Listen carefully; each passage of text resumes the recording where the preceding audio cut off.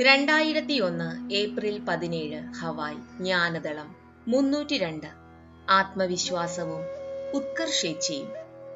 ഉത്കർഷേച്ഛ ആത്മവിശ്വാസക്കുറവിനെ സൂചിപ്പിക്കുന്നു. എന്തെങ്കിലും കാര്യം എളുപ്പത്തിൽ നേടാമെന്ന് തോന്നുമ്പോൾ നിങ്ങൾക്ക് അതിൽ ഉത്കർഷേച്ഛ ഉണ്ടാവുകയില്ല. അത് ചെയ്യാൻ കഴിയുമെന്ന പൂർണ്ണമായ ആത്മവിശ്വാസം മാത്രമേ അപ്പോൾ നിങ്ങൾക്കുള്ളൂ.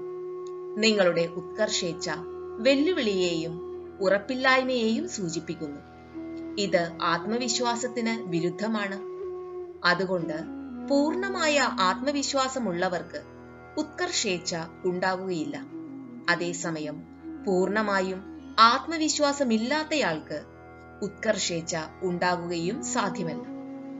ഉത്കർഷേച്ഛയ്ക്ക് അല്പം ആത്മവിശ്വാസവും ചേതനയെക്കുറിച്ചുള്ള പൂർണ്ണമായ അജ്ഞതയും ഉണ്ടാകണം. ചേതനയെക്കുറിച്ചുള്ള ജ്ഞാനമില്ലാതെ പൂർണ്ണമായ ആത്മവിശ്വാസം ഉണ്ടാകുക ഏറെക്കുറെ അസാധ്യമാണ്. ചേതനയെക്കുറിച്ചുള്ള അറിവുള്ളപ്പോൾ നേടാനായി ഒന്നും ബാക്കിയില്ല.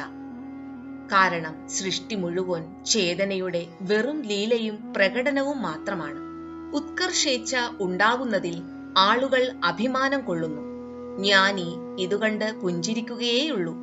എളുപ്പത്തിൽ നേടാമെന്ന് അറിയാവുന്നതിനോട് നിങ്ങൾക്ക് ഒരിക്കലും ഉത്കർഷേച്ഛ ഉണ്ടാകുകയില്ല. ലഭിക്കാൻ ശ്രമം ആവശ്യമായ കാര്യങ്ങളിലും വെല്ലുവിളികളിലും നിങ്ങൾക്ക് നേടാൻ കഴിയുമെന്ന് ഉറപ്പുപോലും ഇല്ലാത്ത കാര്യങ്ങളിലും മാത്രമേ നിങ്ങൾക്ക് ഉത്കർഷേച്ഛ ഉണ്ടാവുകയുള്ളൂ.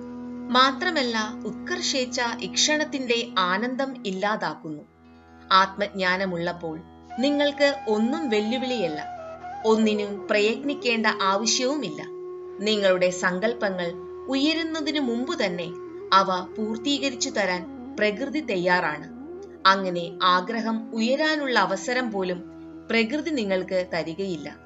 ജ്ഞാനിക്ക് ആഗ്രഹങ്ങളോ ഉത്കർഷേച്ഛയോ ഉണ്ടാകാൻ പ്രകൃതി സമ്മതിക്കുകയില്ല.